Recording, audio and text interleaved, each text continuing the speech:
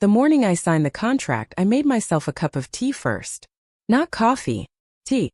The kind my mother used to brew in a battered tin pot on Sunday mornings when the world outside was still and the kitchen smelled of cardamom and something older than memory. I brewed it slowly, the way she taught me, and I stood at my kitchen window and watched the light come across the garden, and I thought about everything that had led to this moment, and I did not let myself cry. There would be time for that later. There was always time for that later. My name is Margaret Elaine Osei. I am 69 years old. I was born in Accra, raised partly in London, and I have lived in this house in Atlanta, Georgia for the last 22 years. The house has a wide front porch with 2 rocking chairs that no longer match because one of them was replaced after the original cracked in a winter storm 12 years ago. And my husband Bernard said the new one was close enough and I said it was not close enough, and we argued about it pleasantly for 3 weeks before deciding we had more important things to argue about. Bernard died 4 years ago. The rocking chairs are still there, still mismatched, and some mornings I sit in both of them one after the other, just to remember what it felt like to have someone in the other one. I tell you about the rocking chairs because you need to understand what kind of woman I am. I am the kind of woman who notices mismatched rocking chairs. I am the kind of woman who keeps track. I am the kind of woman who does not say everything she knows the moment she knows it. Bernard used to call it my long game. He said it with admiration mostly. He said it with a little wariness too, because he had been on the receiving end of it once or twice in 41 years of marriage. He said, "Maggie, you are the most patient person I have ever met, and sometimes that frightens me more than anything." I told him that was the point. I want you to understand this before I tell you the rest of it, because the rest of it will make more sense if you know who I am at the beginning. I am not a woman who was taken advantage of because she did not see it coming. I am a woman who saw it coming and chose the moment of her response with the same care I brought to everything else in my life. There is a difference. The difference matters. Now, let me tell you about my son. Daniel Osei is 43 years old. He is tall like his father was, with Bernard's same broad shoulders and Bernard's same way of standing in a doorway as though he owns whatever room he is about to enter. He has a good mind. I do not say this out of sentiment. I say it because it is true and because it is important to say the true things about the people who hurt you, or else you cannot understand how the hurting happened. Daniel is intelligent. He is charming when he chooses to be. He finished near the top of his law school class, made partner at his firm at 38, and has spent the last 5 years building the kind of professional reputation that makes other men nod slowly when his name comes up in certain rooms. He also married a woman named Renata. Renata Osei née Caldwell is 38 years old. She has a master's degree in interior design, a preference for open-plan living spaces, and the particular kind of confidence that comes from having been beautiful her whole life and knowing it.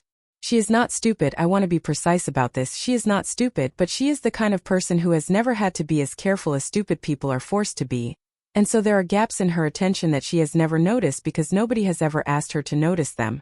She noticed mine though. Or she thought she did. They moved into the house on Birchwood Lane 3 years ago, 6 months after Bernard died. The house is 4 miles from mine. Close enough for Sunday dinners. Close enough for dropping by. Close enough that when Daniel called me the first week of January to tell me he and Renata had been thinking about their next steps and wanted to talk, I knew before I answered the phone that those next steps somehow included me.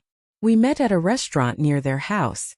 One of those places with a menu printed on brown paper and waiters who explain each dish, as though you might not otherwise understand what salmon is.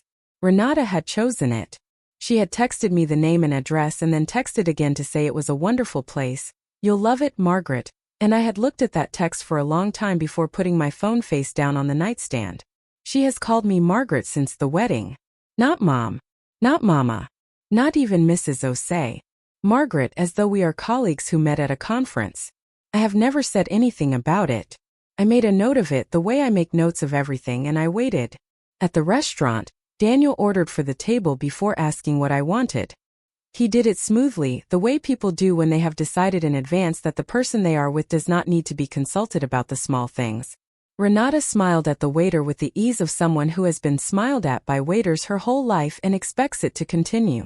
I sat with my hands folded in my lap and waited for whatever was coming. What was coming, it turned out, was concern. "Mom," Daniel said, "you have been alone in that house for almost 4 years now. Renata and I have been thinking about this a lot. His voice had the practiced warmth of a man who has spent his career choosing words carefully. We just feel like it might be time to think about your situation. My situation, I said. He glanced at Renata. She reached forward and touched the back of my hand briefly, the way you touch something you are not entirely sure about. You have so much house, she said. All that space just for one person. It must feel a little, she paused, chose a word, overwhelming. I looked at her fingers on my hand. I looked at Daniel. I said, it feels like home. Of course it does, Daniel said quickly. Of course. We're not suggesting anything drastic. We've been talking about maybe bringing someone in to help with the upkeep. A housekeeper, maybe. Someone who could be there regularly. Just so you're not managing everything alone. I already have someone who comes twice a week, I said. Right. He nodded. But we were thinking more consistent. More present. I looked at my son. I had known this man since before he was born. I had felt him move inside me, and I had held him in the delivery room, and I had walked him to his first day of school and watched him grow into a person I was proud of, and then watched him more slowly grow into a person I was careful around. I knew what consistent and present meant in this context. It meant someone who would report back. I said, I appreciate the thought. I'll let you know if I need anything. The food arrived. We talked about other things. Renata told me about a renovation project she had taken on for a client in Buckhead, a complete gut renovation of a 1950s ranch, and I listened and asked questions, and she bloomed under the attention the way people bloom when they feel themselves being truly heard. By the time we left, she had kissed my cheek and told me it was so good to see me, Margaret, we should do this more often. In my car driving home, I sat for a moment before starting the engine. I had been doing this for years. The consulting work, the quiet accumulation of things that looked from the outside like retirement projects but were, in fact, the most significant professional work of my life. Bernard had been the face of our shared ventures for most of our marriage, not because I lacked the ability or the desire, but because we had agreed early on that it was a more efficient arrangement given the world we lived in, and I had been comfortable in the background while Bernard stood in the light. When Bernard died, I did not immediately step into that light. I had my reasons. I was grieving. I was careful. I was, as I have always been, patient. But I had been working. Quietly, consistently, in the way I do everything. Calls made from my kitchen with the door closed. Documents signed and filed with a lawyer in a firm that had represented me for 14 years. Trips that I described to Daniel and Renata as visits to old friends, which was true, because the people I was meeting with had become my friends over the course of a decade of careful professional relationship building. Contracts reviewed and negotiated over months of back-and-forth correspondence that arrived in an inbox Daniel did not know about, on a phone he had never seen. I had been working. And that morning, before I drove to the restaurant to have salmon explained to me by a waiter who was probably 24 years old, I had signed the most significant document of my professional life. $220 million. A licensing agreement, a partnership structure, a decade of intellectual property rights for a proprietary materials technology that Bernard and I had quietly developed and patented over the last 12 years of his life, and that I had spent the 4 years since his death positioning for exactly this kind of outcome. $220 million, and the ink was barely dry, and I was sitting in a parking lot outside a restaurant where my son had ordered for me without asking, and his wife had called me overwhelming. I started the engine. I drove home. I made myself another cup of tea. I did not tell Daniel about the contract.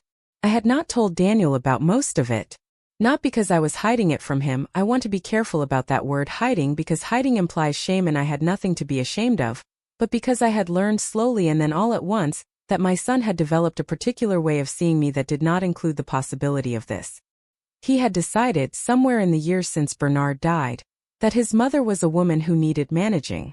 A woman who had been impressive once, perhaps, in the context of being married to an impressive man, but who was now, what had Renata said, overwhelming.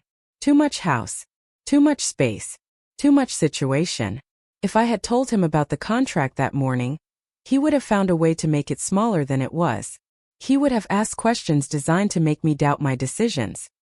He would have consulted with Renata and then called me back with concerns, and the concerns would have been dressed as care. And the care would have been dressed as love, and I would have spent the next 6 months untangling what was real from what was convenient. I had seen it happen. Not once. Several times. So I did not tell him. I folded the knowledge up like a piece of paper and I put it somewhere he would not think to look, and I went back to being his mother, manageable and present, and I waited. If this story is already finding its way under your skin, hit that like button and subscribe to Linda's Life Diaries. And drop a comment telling me where in the world you're watching from. She always said the ones who stay quiet longest know the most. Let's see if that's true. The first time I understood what Daniel truly thought of me, I was not supposed to hear it. This is usually how these things happen, isn't it? The truth comes sideways. It comes through a door left open a crack, through a phone call someone thought was private, through two sentences exchanged in a kitchen while the person being discussed is assumed to be asleep or absorbed or simply too old to pay the kind of attention that would make the conversation dangerous. I was in the garden. It was a Tuesday in February, one of those Atlanta February days that can't decide whether it's still winter or already spring, the air soft and carrying the smell of the earth beginning to turn over. I had been pruning the roses along the back fence, which had gotten straggly over the winter and needed attention. I have always found satisfaction in that work. The clean snip of the shears, the way a plant responds to being cut back by growing more deliberately, more purposefully than before. Daniel and Renata had come for dinner the previous evening and stayed the night. This was new, this staying over. It had begun about 2 months after our restaurant conversation, a habit that had established itself gradually, the way all habits establish themselves, first as an exception, then as a pattern, then as a thing so normal that questioning it would seem strange. They would arrive on a Saturday or a Sunday afternoon, and we would have dinner, and then Renata would say she was too tired to drive back and Daniel would agree that it was late and wasn't it lovely, all of them together. And they would settle into the guest room and by morning Renata would be reorganizing my refrigerator and calling it helpful. I did not say anything about the refrigerator. I made notes. That Tuesday morning I had woken early, as I always do, and come out to the garden while the house was still quiet. I thought they were both asleep. I was wrong about Renata. She was in the kitchen. I could hear her voice through the window I'd left cracked open. She was on the phone, her voice carrying the particular ease of someone who believes herself to be alone. I did not intend to listen. I want to be honest about that. I was not standing beneath the window straining to hear. I was 3 feet away, deadheading a rose stem, and her voice came through the gap clearly and without effort, the way water finds a level. I'm telling you, she's going to need us more than she realizes, sooner rather than later. I kept my shears still. I did not move. Well, she's almost 70, Bren. What do you think happens? She already doesn't keep up with the house the way she should. And Daniel says she barely understands half the financial stuff they've dealt with since Bernard died. Like, he basically has to translate everything for her. I turned the rose stem in my hand. No, but that's exactly the thing. She's sweet, she's lovely. I'm not saying she's not lovely. I'm saying she's not. I don't know how to put this. She's not equipped for what comes next. She doesn't have anything of her own, not really. Bernard handled everything and now Daniel is handling everything and she just sort of exists in that house. She laughed. The laugh was not unkind. That was the part that stayed with me. The laugh was warm, even affectionate, the way people speak about someone they genuinely like and also genuinely underestimate. She wasn't being cruel. She was being honest in the way people are honest when they believe no one who matters is listening. I set down my shears. I pressed the rose stem between my fingers until I felt the thorns, not hard enough to draw blood, just hard enough to feel something real. She doesn't have anything of her own. I stood in my garden in the February light and I thought about the phone sitting on my desk inside, the phone on which 11 days earlier, I had received a call from a man named Gerald Hutchins, who is the lead attorney for the Meridian Group, one of the largest infrastructure materials companies in the world, and who had said to me, "Mrs. Osei, we are prepared to move forward with the terms we discussed. I will have the final documents to you by end of week." And I had said, "Thank you, Gerald," and I had hung up and I had sat very still at my desk for a long time and let the weight of what I had built settle around me like something earned. She doesn't have anything of her own. I picked up my shears. I continued pruning. I did not go inside until I heard Renata say goodbye to Bren and the kitchen go quiet. I came in through the back door and washed my hands at the kitchen sink and Renata, who was pouring herself coffee, turned and said, "Oh, Margaret, you're up so early, can I make you something?" And I said, "No thank you, I've been up for a while," and I made my tea and sat at my kitchen table and Renata sat across from me and talked for 20 minutes about the Buckhead renovation and I listened and nodded and said the right things and all the while I was thinking, I know exactly what you think I am. And you have no idea what I have been building. That is a particular kind of loneliness, knowing something about yourself that the people in your life have decided is not possible. It is not a painful loneliness exactly. It is more like the loneliness of someone waiting at a train station for a train that everyone else has decided isn't coming. You know it's coming. You have the schedule. You have confirmed with the station master. But the people around you have made up their minds, and so they are not watching the track, and you are, and there is a kind of solitude in that watching. Bernard would have understood this feeling. He was the one who taught it to me. We had built the technology together over the last decade of his life, in the way that long-married people build things, not in one conversation but in 1,000 conversations at dinner tables and on long drives and in the margins of other projects, the idea taking shape gradually until it was no longer an idea but a thing with edges and weight. Bernard had the scientific background. I had the commercial instincts. We had fit together in that way, professionally as personally, each strong where the other had gaps. After he died, I had the technology and I had the patents and I had 14 years of relationship building with the people who mattered in the industry, and I had, perhaps most importantly, the hard-won knowledge of exactly how to move in rooms where people did not expect to be impressed by me. Bernard had always said that was my greatest professional gift.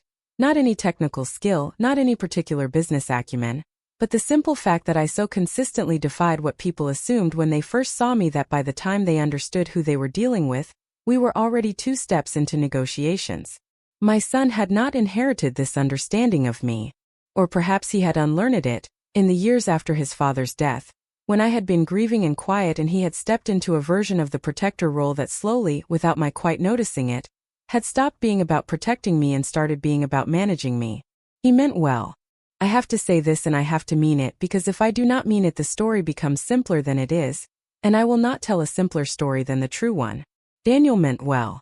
His concern for me was real. His desire to have me close, to have me accounted for, to know where I was and what I was doing and who I was seeing, all of this was at its root real. The love was real. What had grown up around the love, though, had started to do something the love itself would never have done if left on its own. It had started to make me smaller. Not in my own mind.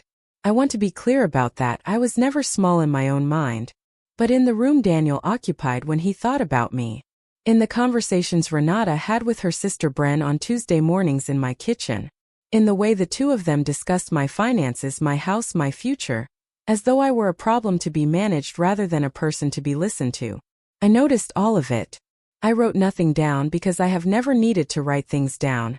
I have always trusted my own memory, which is precise and long, but I catalogued it. Every conversation in which Daniel gently corrected something I said about my own life. Every time Renata offered to help with something I had not asked for help with. Every Sunday dinner at which the two of them arrived with what I came to think of as their settled conviction. The comfortable certainty that they understood my situation better than I did. They did not know about the contract. They did not know about the 18 months of negotiations that had preceded it. They did not know about Gerald Hutchins or the Meridian Group or the careful legal architecture my attorney and I had constructed over the previous 4 years to ensure that the outcome of all that work would land precisely where I intended it to land.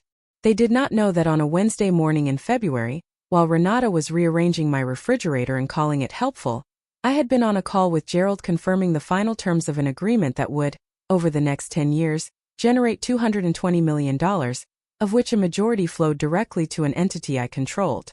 They did not know. And because they did not know, they continued. It was at Easter dinner that I understood how far the continuing had gone. Daniel and Renata came with Renata's mother, Claudette, who is 65 and does not look it, and who has the particular manner of a woman who was very popular in her 20s and has been waiting for the world to notice her ever since. Claudette had been pleasant enough at the wedding and at the various family occasions since, but I had never spent an extended evening in her company, and what I learned at Easter dinner was that Renata had been having a version of the Bren conversation with her mother for some time. It became clear in the details. The way Claudette looked around my living room with the appraising eye of someone who had already been told what to think of it. The way she said, "What a lot of books you have, Margaret," as though books in a living room were a symptom of something concerning. The way she and Renata fell into an easy, practiced rhythm of finishing each other's observations about the house. "It's so warm in here, isn't it, Mom?" And Claudette saying she probably has the thermostat up too high. They do that, as though I were not in the room, or as though being in the room were a state that no longer guaranteed being heard. Daniel, for his part, did not participate in these conversations directly, but he did not stop them either. He sat at the head of my table, at which he had sat as a child and done his homework and argued with his father about things that mattered to teenage boys, and he served himself a second helping of the lamb I had spent all morning preparing, and he let his wife and his mother-in-law talk around me, and he said nothing.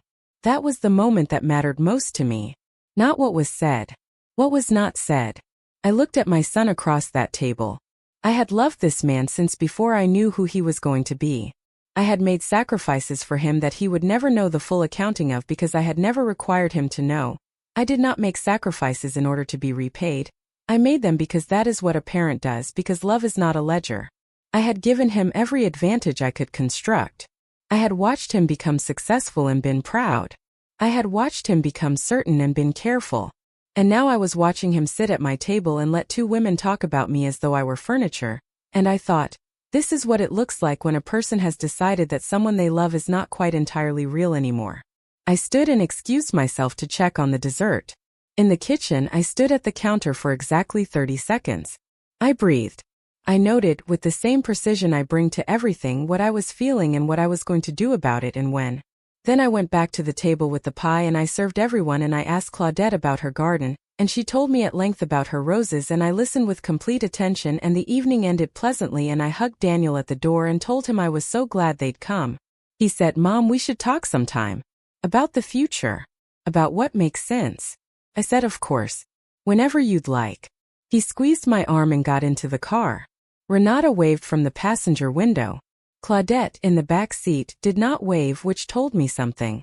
I stood on my porch with the mismatched rocking chairs, and I watched the taillights of my son's car disappear around the corner, and I thought about what makes sense, and I allowed myself, in the privacy of the dark in the February night, a small quiet smile, because I knew something Daniel did not. I had known it for 11 days. I had been turning it over in my hands like a smooth stone, getting used to its weight, preparing for the moment I would set it down somewhere where everyone could see it. The contract was signed. The money was real. The structure was in place. All that remained was the question of when. The answer came from an unexpected direction, as answers sometimes do. My granddaughter is 12 years old.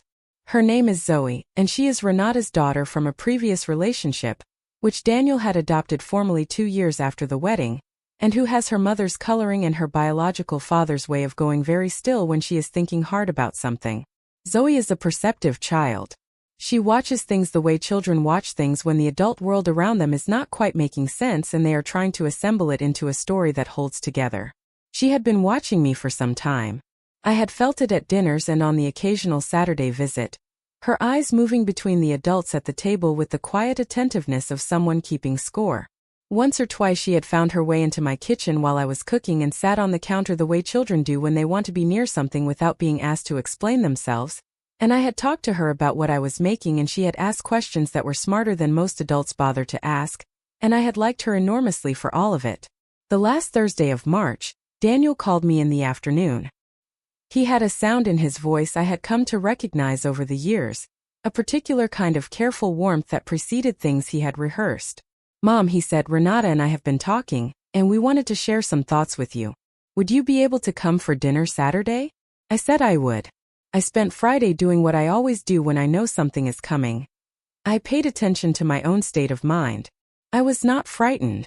I want to note this because I think people expect a woman of my age, in a situation that involves her son and his wife looking at her with a certain kind of managed concern, to be frightened. I was not frightened. I was curious. I was also, if I am being fully honest, a little bit impatient, because I had been carrying the weight of what I knew for 11 days, and I am a patient woman, but I am not a woman without limits.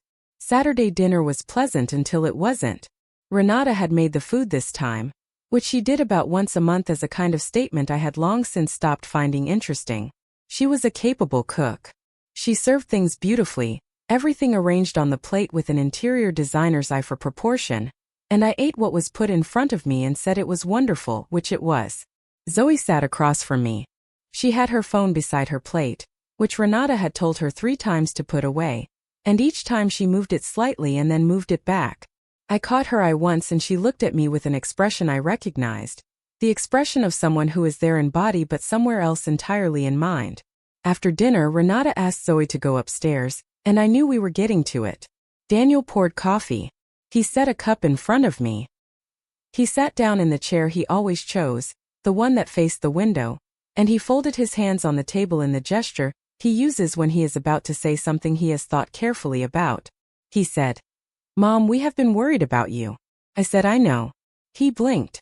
He had not expected that. He said, "You know?" I said, "You have been worried about me for some time. Since before Easter, since before February, since I thought about it honestly, perhaps since your father died.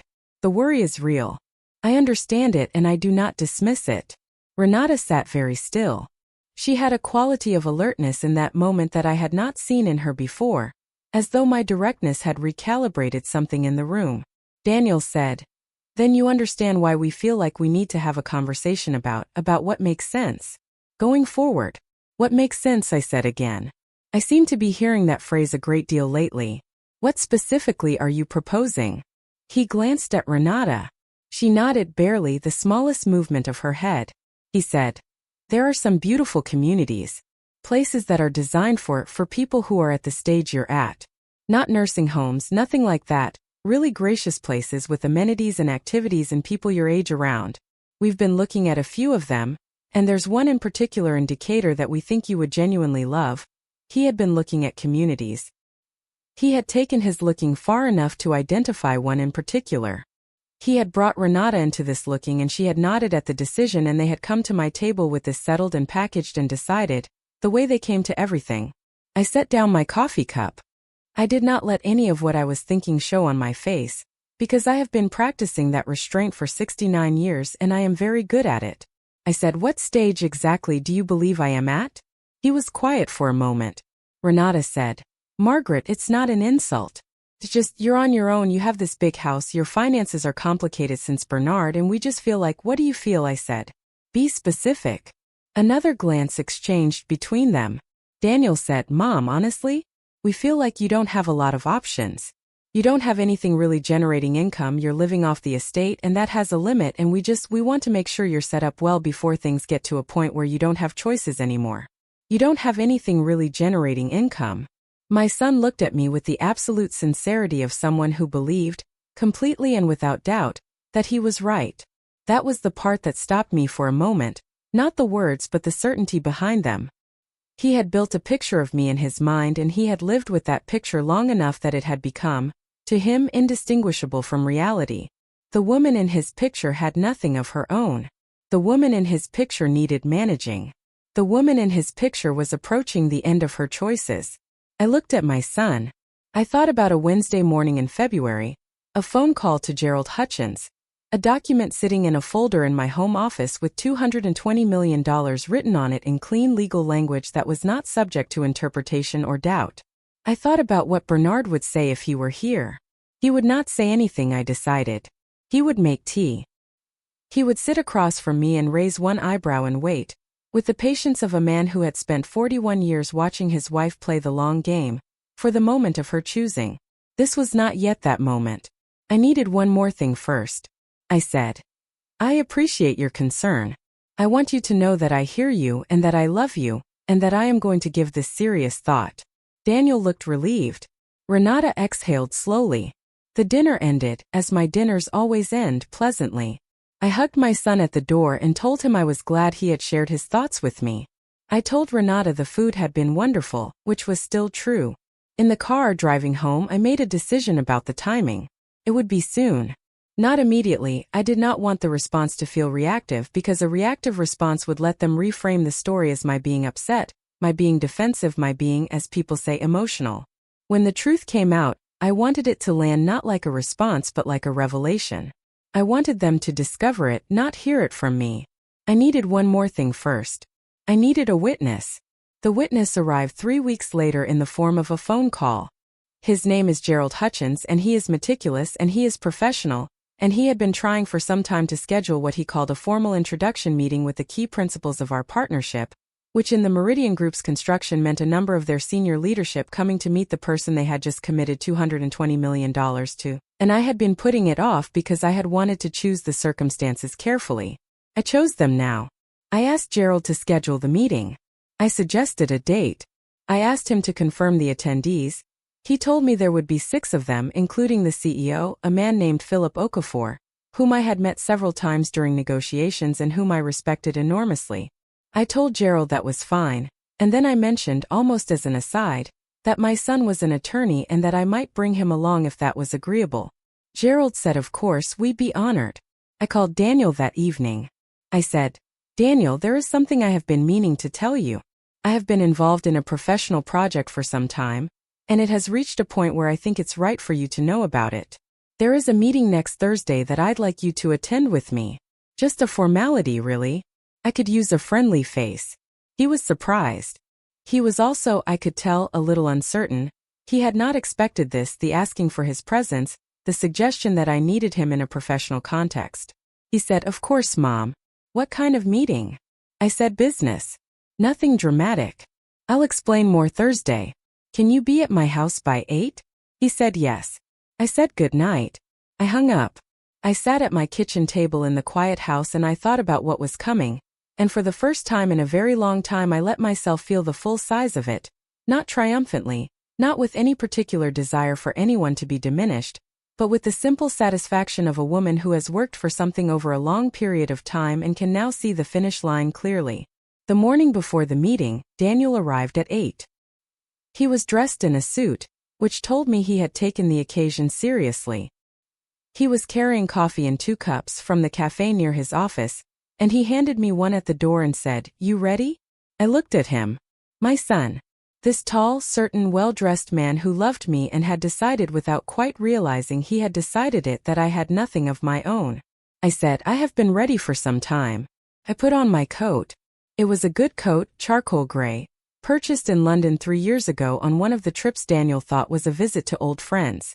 I looked in the hallway mirror as I buttoned it, and I thought of something Bernard used to say, not about business but about gardens, about how you don't plant a thing and tend it and water it and prune it for years and years without learning to trust the season.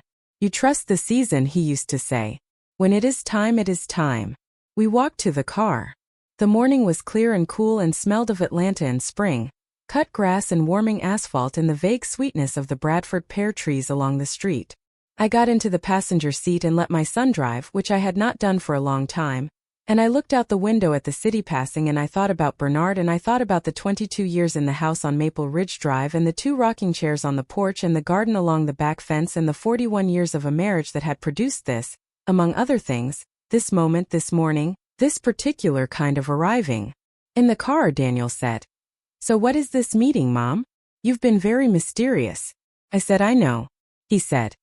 Is everything okay? I said. Everything is more than okay, Daniel. Everything is exactly as it should be. He glanced at me. Something in my voice or my face made him look at me differently for just a moment. Not with concern, but with something closer to attention. Real attention. The kind he used to give me when he was young and I was the person in the room who knew the most. I said, just drive. You'll understand everything when we get there. He drove. The city moved past the windows. I held my coffee cup and thought about nothing in particular and everything at once, and somewhere in that holding I felt Bernard very close, the way I sometimes feel him when I am about to do something he would have admired. Almost, I thought. Almost. We were 3 minutes from the Meridian Group's Atlanta office when Daniel's phone rang. He glanced at it and said, It's Renata, hang on, and answered it through the car speakers, and Renata's voice came into the car between us. She said, Hey, where are you guys? I was going to call your mom but, Daniel said, we're heading into a meeting. Mom has some business thing. And Renata said, Oh, what kind of business thing? And Daniel said, Honestly, I'm not totally sure. And there was a beat of silence and then Renata said, Is she okay? And Daniel said, She seems fine, I'll fill you in later. And Renata said, Okay, and then, the way you say something when you think you are saying it quietly enough not to matter, she said, Tell her not to sign anything without you looking at it first. The words sat in the car. Daniel said, Yeah, okay, talk later, and ended the call. I looked at my coffee cup.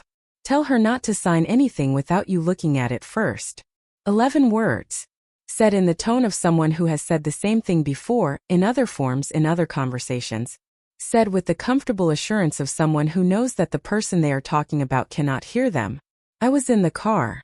I had heard them. I let them settle and I let what they told me settle with them, And then I put the coffee cup in the cup holder and I looked at my hands folded in my lap and I thought, it is time. Daniel pulled into the parking garage.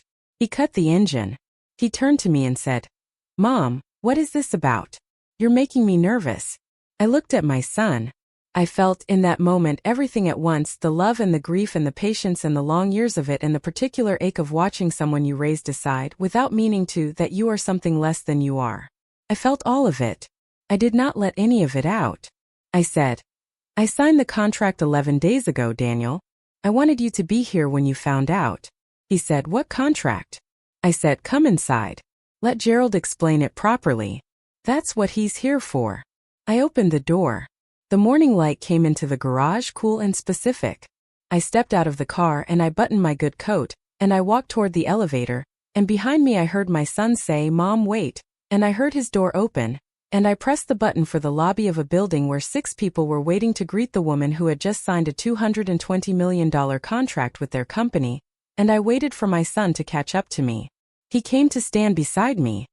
He was looking at me with an expression I had not seen on his face since he was a boy, since the years before he had decided he understood what I was and what I was capable of, an expression that was open and uncertain and, underneath those things, beginning to be something that looked very much like awe. The elevator came. We stepped inside.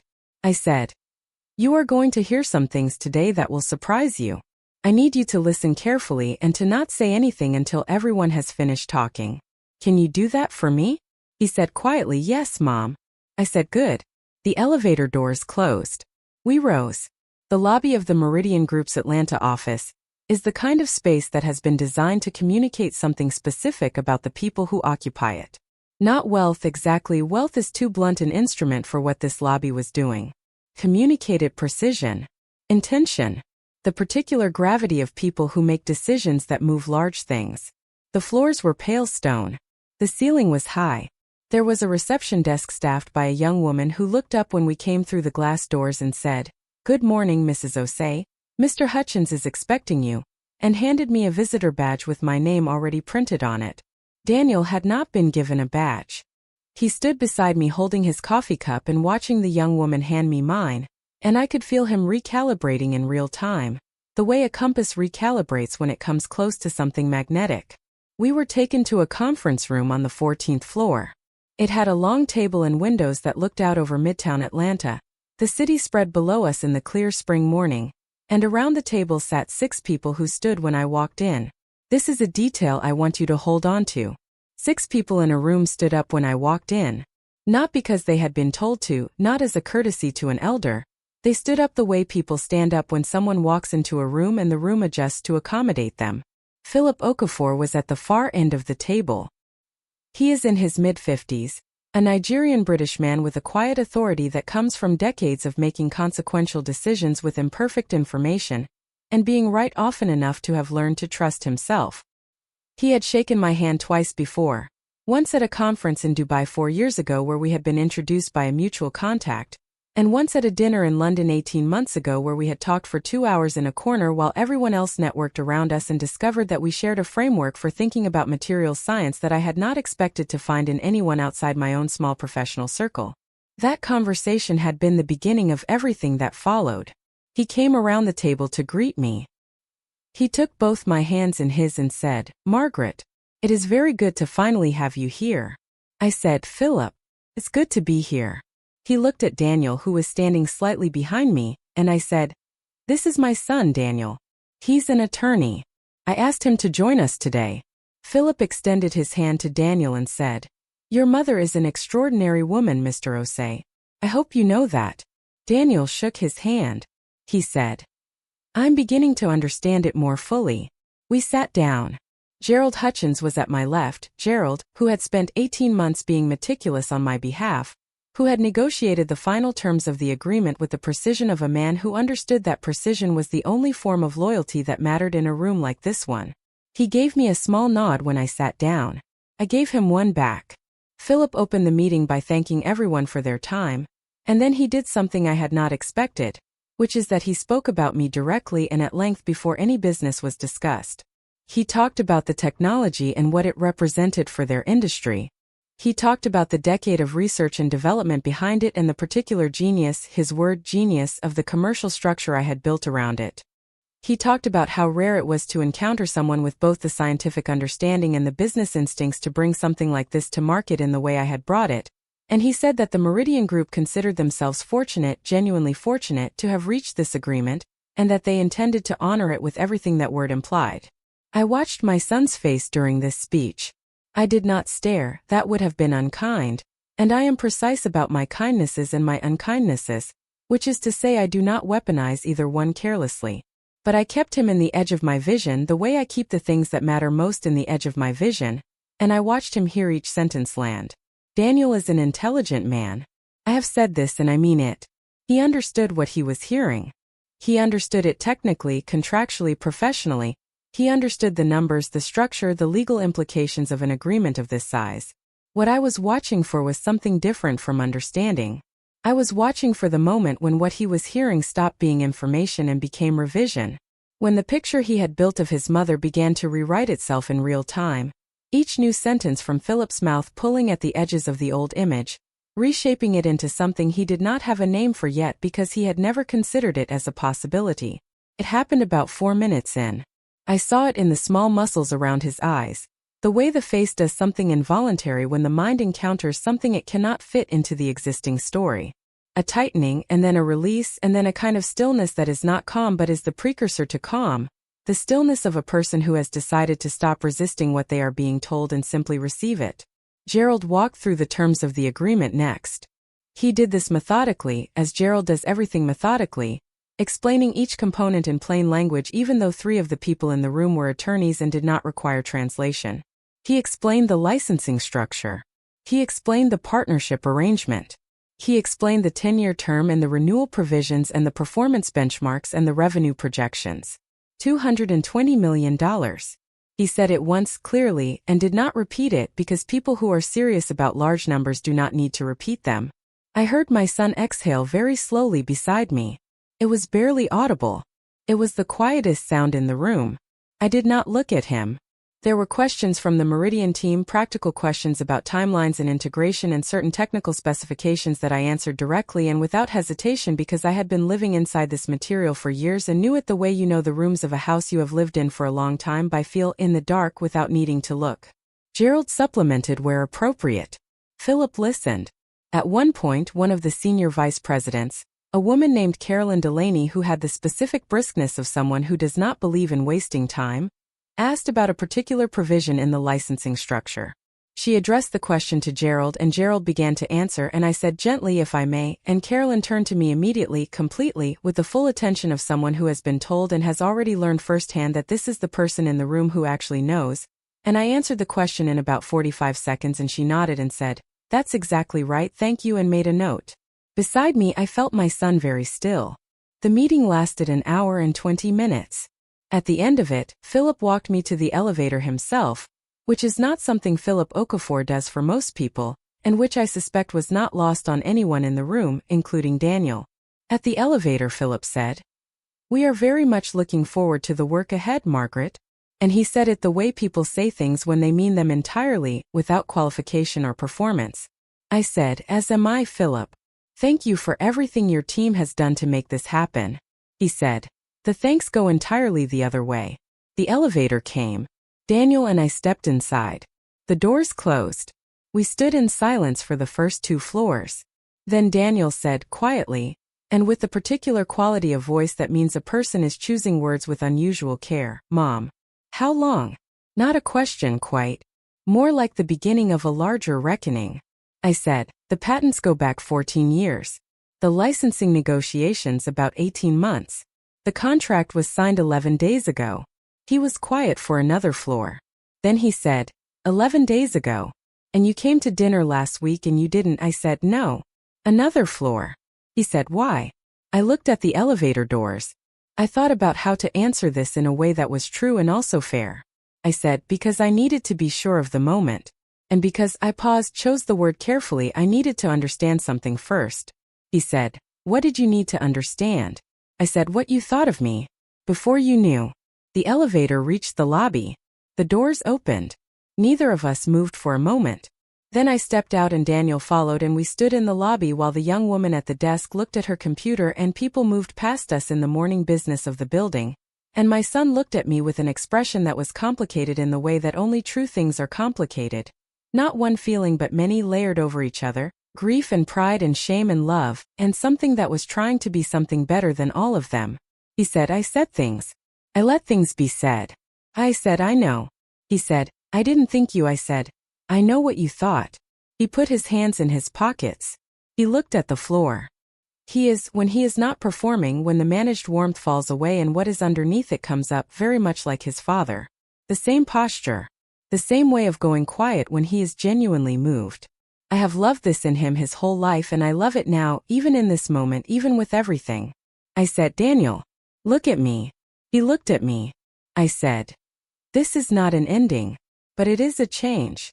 And the change is going to require honesty from both of us about some things that have been easier not to say out loud. Do you understand? He said, yes. I said, good. Take me to breakfast. There's a diner 2 blocks from here that I have been going to for 6 years. You have never been there because I have never taken you there. And today I am going to take you there and we are going to talk. He said, okay. We walked out of the building into the spring morning. Daniel did not take my arm, which is what he would normally do. The careful shepherding gesture that I had come to recognize as the physical expression of what he thought about my capacities. He walked beside me at my pace, which is not slow. We walked the 2 blocks in silence that was not uncomfortable. The city was doing what cities do in the morning, moving, purposeful, indifferent to individual stories in the way that is one of the great honest qualities of cities. The diner is called Maze. It has been on that corner for 40 years, and it smells of coffee and bacon, and the particular warmth of a place that has never tried to be anything other than what it is. The woman behind the counter knows my order. She brought it without being asked, 2 wheat toast, 2 eggs scrambled, and she looked at Daniel and said, who's this? And I said, this is my son, and she looked at him with the frank assessment of a woman who has been reading people for 40 years and said, he looks like you, and went back to the counter.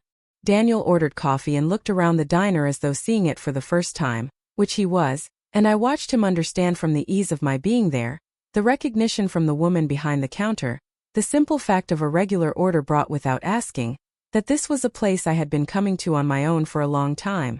One of many places. One of many things about my life that existed entirely outside his picture of it. If this story has found you, make sure to subscribe and turn on notifications, so you never miss a new story from Linda's Life Diaries. The best ones are still coming. And the people who watch to the end are exactly the ones who need to hear them. I let him sit with his coffee for a moment. Then I said, ask me what you want to ask me.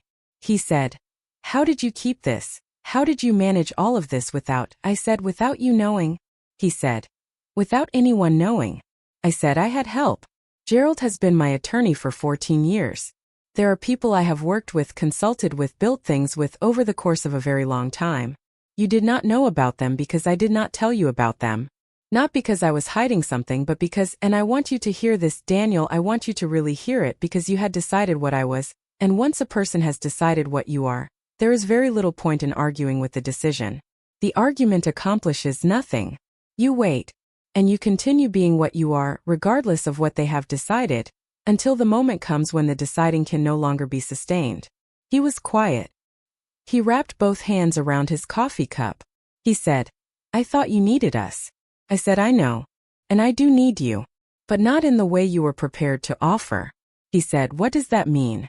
I said, it means that what I need from my son is not management. It is not a list of communities in Decatur that you have researched without asking me if I wanted to be researched for. It is not someone who decides what makes sense for my life before consulting me about whether I agree. What I need from my son is what I have always needed, which is for him to see me clearly. Not the version of me that is convenient.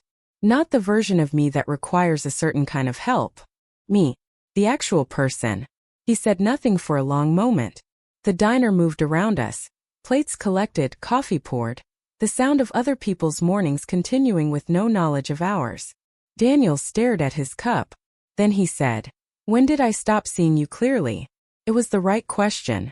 It was, in fact, the only question that mattered, and the fact that he had arrived at it on his own, in the middle of a diner 2 blocks from the building where he had just learned something enormous about his mother, told me something I needed to know about whether the next part was going to be possible. I said, I'm not sure it was a single moment. I think it happened the way most things happen, gradually and then faster. After your father died, you were grieving, and grief does things to the way we see the people we love. It contracts the picture.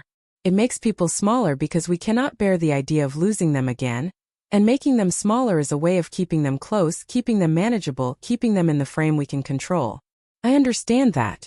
I am not saying it came from a bad place. He said, but. I said, but it happened. And then Renata. He looked up. I said, I am not going to say harsh things about your wife, but I am going to say true things. Renata has a way of seeing the world that is organized around certain assumptions, and one of those assumptions is that women my age, women who have been in the background of things for most of their lives, are in the background because they belong there. She came into your marriage with a picture already drawn, and you, gradually, without fully realizing you were doing it, you began to see through her picture instead of your own. He said, that's not fair to her. I said, I know. I said I wasn't going to say harsh things. This is not harsh. This is the mechanism. Understanding the mechanism is not the same as assigning blame. Your wife is not a villain, Daniel. She is a person with a set of assumptions that have been made comfortable for her because no one has ever interrupted them. He was quiet. He looked at the table. He said, she said something in the car. On the way here. I said, I know what she said. He looked at me. I said, I heard her. Through the speakers. Tell her not to sign anything without you looking at it first. His jaw tightened. He said, Mom, I said. She meant it helpfully. That is precisely the point. She meant it helpfully because it did not occur to her, in any register, that there might be nothing to protect me from. That I might be the one in the room with the most complete understanding of my own situation. That the contract she was worried about me signing was one that 200 lawyers and one of the most sophisticated infrastructure companies in the world had already examined and approved. That her concern for me, which is real, I believe her concern is real, had become a substitute for actually knowing me. Daniel put his face in his hands for a moment. Not dramatically. Just for a moment, the way a person does when they need to take their face somewhere private to feel something. He said from behind his hands, What do you need from me now? I said, I need you to have a conversation with your wife. Not a confrontation. A conversation. An honest one about what has been happening in your house when it comes to how the two of you think about me. I need you to bring to that conversation the same willingness to hear difficult things that you brought to this morning, because this morning you heard difficult things and you did not run from them, and I am proud of you for that. He lowered his hands. He looked at me. I said, I also need you to understand that the way things have been is going to change. Not because I am punishing anyone. I am not interested in punishment, Daniel, I never have been, but because now you know, and knowing changes things. There is no going back to the version where you thought you needed to manage me, because that version is no longer available. What is available is this, a relationship between two adults who see each other clearly. That is what I want. I hope you want it too. He said, I do. I said, good. Eat something. You look like you haven't eaten since Thursday. He laughed. It was a short laugh, the kind that comes out startled, the kind that means a person did not expect to find humor available to them in this moment and is grateful for it. He ordered eggs.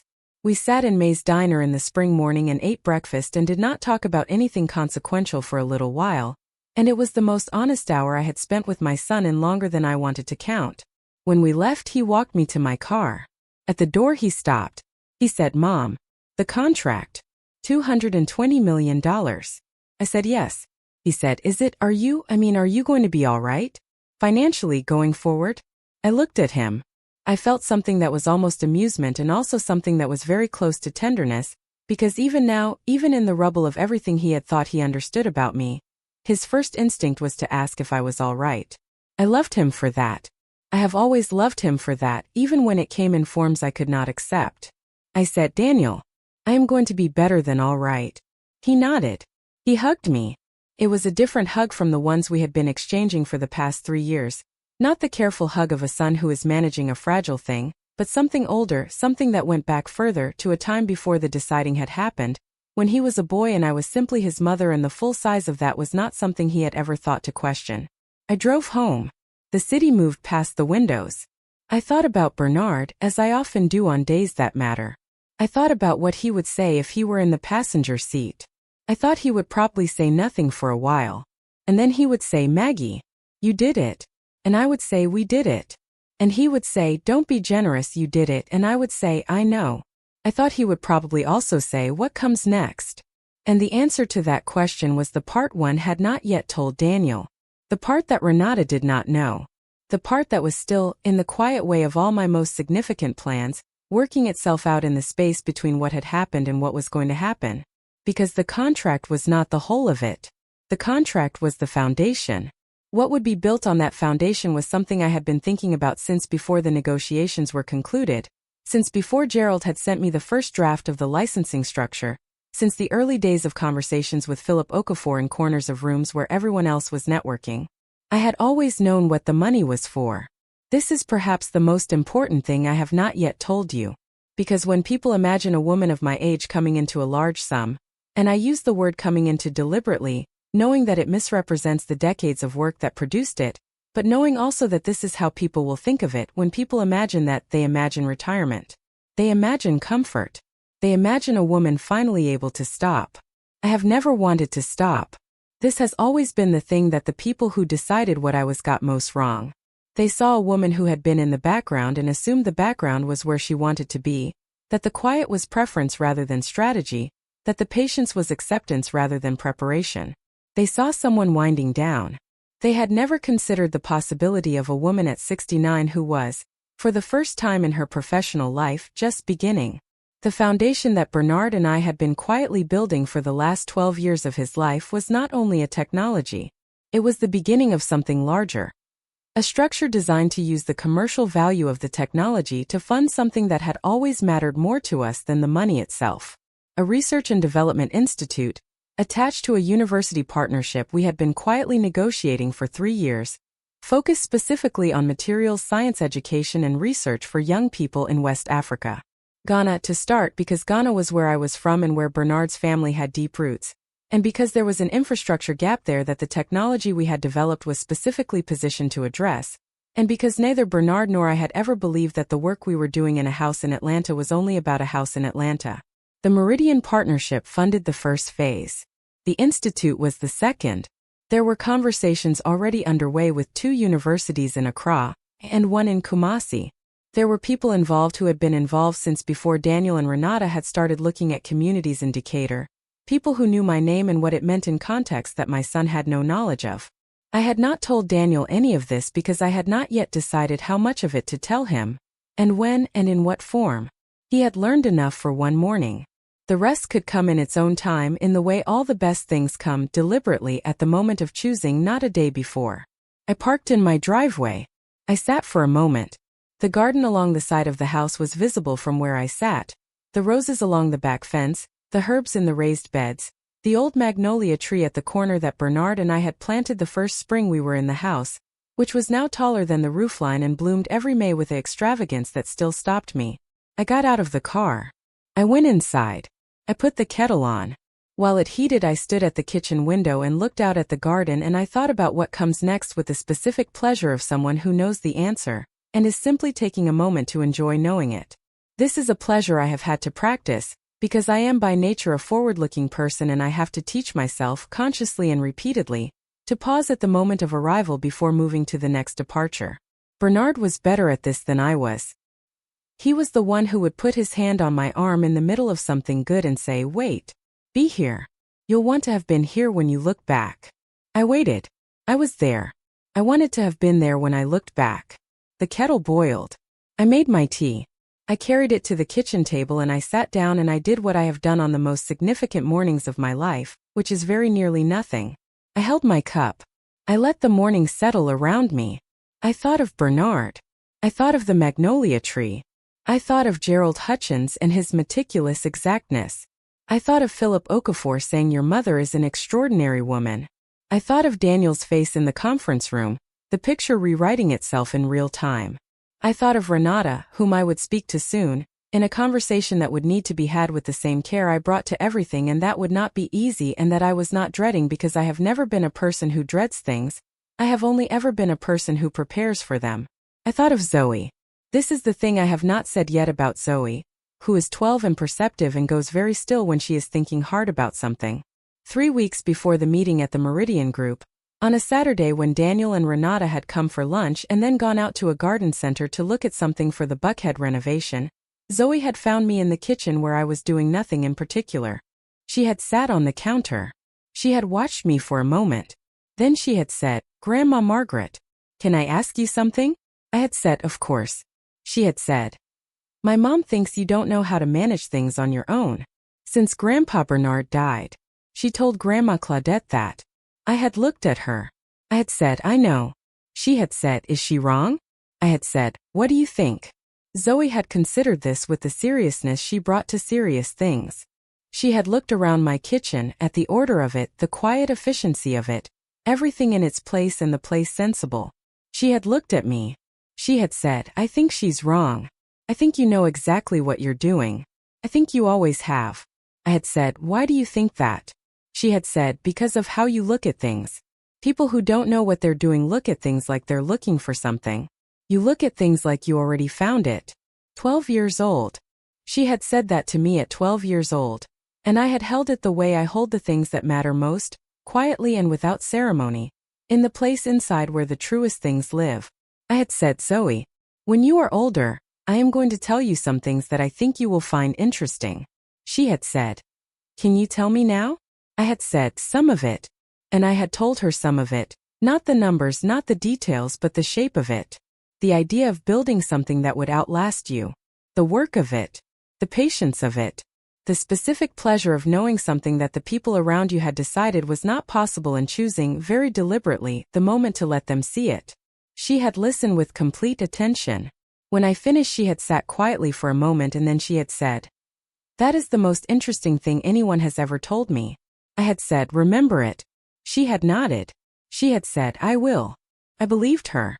Sitting at my kitchen table now with my tea, I thought about Zoe. I thought about the particular responsibility of being a woman who has built something, to the women who come after you, to the girls who are watching the adults in their lives and assembling from what they observe a picture of what is possible. I thought about what Zoe had been watching in her grandmother's house.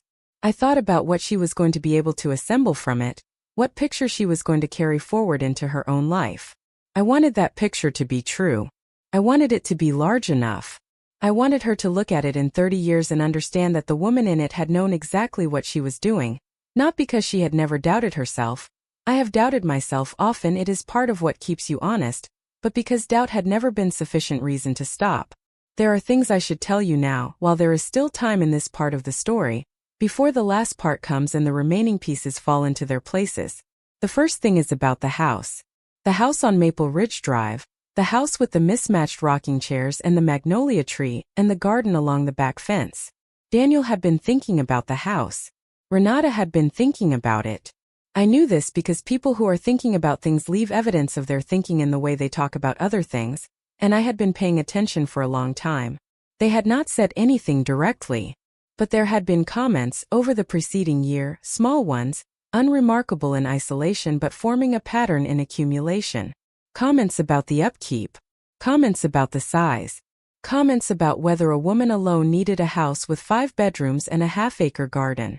Comments that were, I understood, the first gentle pressure in a direction that would eventually, if left uninterrupted, reach the suggestion that perhaps the house might be better off in other hands while I moved somewhere smaller, somewhere more manageable, somewhere with nurses and activities and people my age around. The house is in my name. It has always been in my name. Bernard had insisted on this 22 years ago, in the specific way that Bernard insisted on the things he believed mattered, which was quietly and completely and with no requirement that anyone agree with him out loud. He had said, "This house is yours, Maggie, it should be in your name," and I had not argued because I had agreed. The house is mine. This is not in dispute. But I had nonetheless, in the 14 years of working with my attorney, made certain arrangements about the house that reflected my intentions for it. Arrangements that Daniel did not know about. Arrangements that Renata definitely did not know about. Arrangements that would become clear, as all my arrangements eventually became clear, at the moment of my choosing. The second thing I should tell you is about Gerald. Gerald Hutchins has been my attorney for 14 years. He has been meticulous on my behalf, as I have said. But meticulous is a thin word for what he has actually been, which is a witness. He has been present at every significant professional decision I have made since Bernard's death. He has not only documented and protected those decisions, he has, in the specific way of a person who has been trusted with something real, understood them. This is rarer than it sounds. Most lawyers understand the documents they are given to manage. Gerald has understood the person behind the documents. I tell you this because what comes next in this story involves Gerald in a way that goes beyond his professional role, and you should know who he is before that happens so you understand why his involvement means what it means. 3 days after the breakfast at May's Diner, I called Gerald and asked him to prepare something. He listened to what I described. He was quiet for a moment, and then he said, "Margaret, I want to be sure I understand what you are asking for." I told him he understood correctly. He said, "And the timing?" I said, "Soon. I want everything in place by the end of the month." He said, "I'll have it ready by Thursday." He had it ready by Wednesday because Gerald is the kind of person who, when he says Thursday, arrives on Wednesday. The third thing I should tell you is about what happened between Daniel and Renata in the days after the Meridian meeting. Daniel called me on the Sunday. He said, "I talked to Renata." I said, "How did it go?" He was quiet for a moment. Then he said, "It was hard. She cried. She said she didn't realize. She said she thought she was helping." I said, "Did you believe her?" Another pause. He said, "I believe that she believed it." I said, "That's the right answer. What did you say to her?" He said, "I told her the truth. About the meeting. About what Philip said about you. About the conversation we had at May's. All of it." I said, "How did she receive it?" He said quietly, "Which you would probably recognize as unusual." I said I would. He said, "She asked to see you. She asked if she could come on her own. Without me. She said she had some things she wanted to say that she needed to say herself." I said, "Tell her Sunday afternoon. 2 o'clock. I'll be home." Renata arrived at 2 o'clock on Sunday afternoon. She was not wearing what I thought of as her working face, the face of a woman performing competence and ease. She was wearing something closer to her actual face, which was younger than I had realized and less certain. She had brought flowers, not from a grocery store, from a florist, dahlias and eucalyptus in a paper cone, the specific combination of someone who had thought carefully about what to bring and had made a considered choice. I put them in a vase. I made tea. We sat at my kitchen table, the table where I have had the most important conversations of my life, where I have signed papers and planned projects and grieved Bernard and watched the garden change through 4 years of seasons since he left. Renata wrapped her hands around her cup. She said, "I don't know where to start." I said, "Anywhere." She said, I think I decided something about you. Without meaning to. Or maybe I don't know. Maybe I did mean to, a little. Because it was easier. Because if you were what I thought you were, then it was easy to know what you needed and what our role was and what made sense. And it is very uncomfortable to realize that someone you thought you understood has been, I couldn't see it. I couldn't see you. I said no. She said, "I'm sorry. I know that's not enough." I said, "It's a start." She looked up at me. Her eyes were serious and uncertain in equal measure.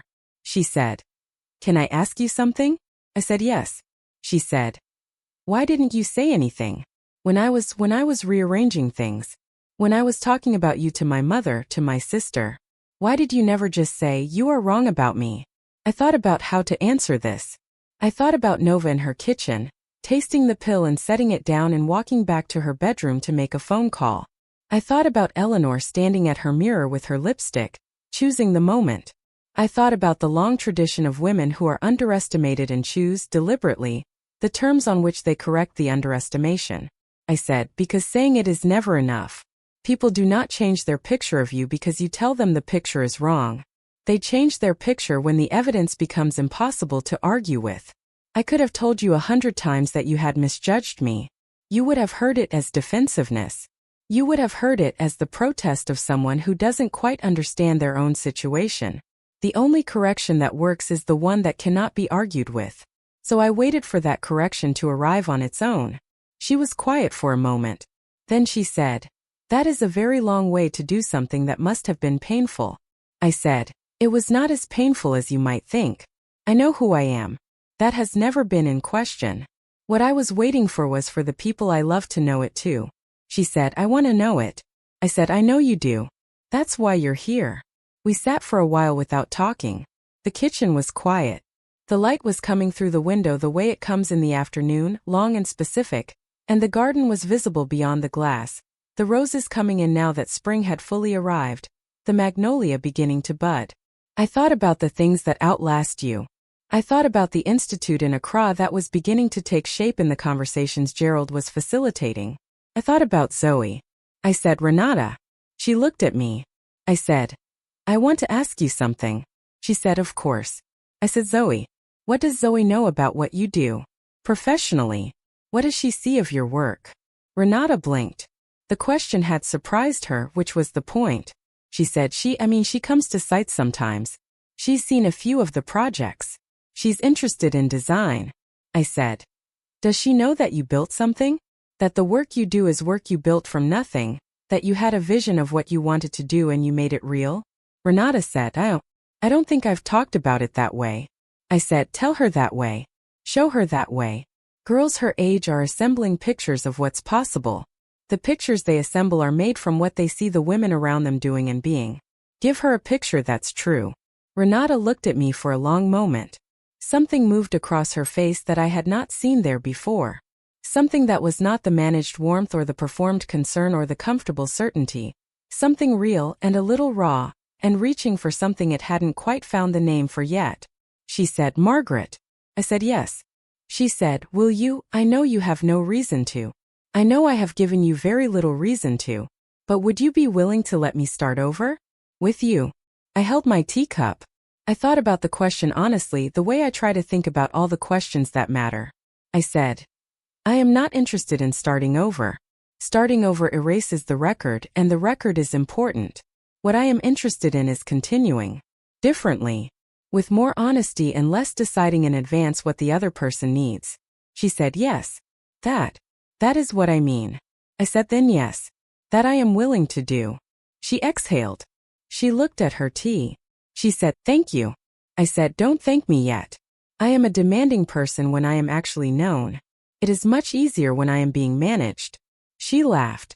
It was a real laugh, the kind that comes from a place of genuine surprise, and in it I heard something of the person she actually was when she was not performing her picture of the world. She was, I thought, going to be someone I could talk to. Not immediately, not without the work that honest relationships require. But eventually, if she was willing to do the work. I thought she was willing to do the work. There was one more thing that needed to happen before the story reached its shape, and it was the thing that Gerald had prepared for me by Wednesday when he had said Thursday, and it was the thing I had been building toward not for 11 days or 18 months or 4 years but for much longer than that, for the full length of something that begins when you understand what you are building and who you are building it for. That part was coming. It was already in motion. It had been in motion for a long time. But before it arrived, there was a Thursday evening, quiet, the garden visible through the window, the magnolia heavy with coming bloom, and I sat at my kitchen table with my tea and I thought about Bernard, who had believed from the beginning that what we were building was possible, who had never once looked at me with the settling certainty of someone who had decided what I was and found it sufficient. He had looked at me the way you look at something still in motion, something still becoming. I thought, I am still becoming. I thought, that is the whole point. The envelope from Gerald arrived on a Thursday morning as promised. It came by courier, which is how Gerald sends things when he wants the arrival to be unambiguous, when he wants there to be no question about the moment of receipt. The courier was a young man who asked me to sign for it and handed it over with both hands, which I have always thought is the right way to hand someone something that matters. I set it on the kitchen table. I made my tea first. I am deliberate about these sequences.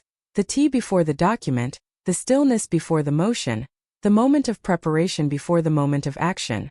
Bernard used to say that I was the only person he had ever met who treats arriving as a ritual, and I had told him that arriving deserves to be treated as a ritual, because the arriving is the proof of the work and the work deserves to be honored. I sat down with my tea. I opened the envelope. Inside were 2 documents. The first was a formal legal instrument establishing the Osei Bernard Foundation for Materials Research and Innovation, named for my husband in the way I had always intended to name it, In the way we had agreed on years ago on a Sunday afternoon in this same kitchen when the idea was still new enough to be fragile and we handled it carefully the way you handle fragile things with both hands.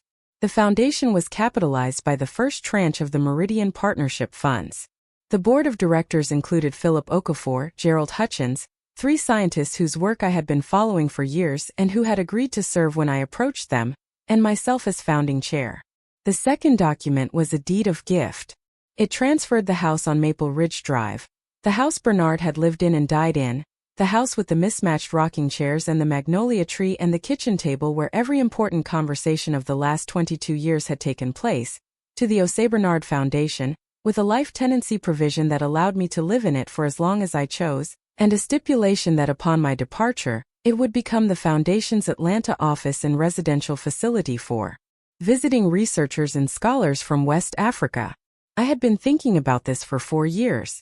The house had always felt too large for one person and too full of history for a single life. The arrangement I had made satisfied both of these facts simultaneously.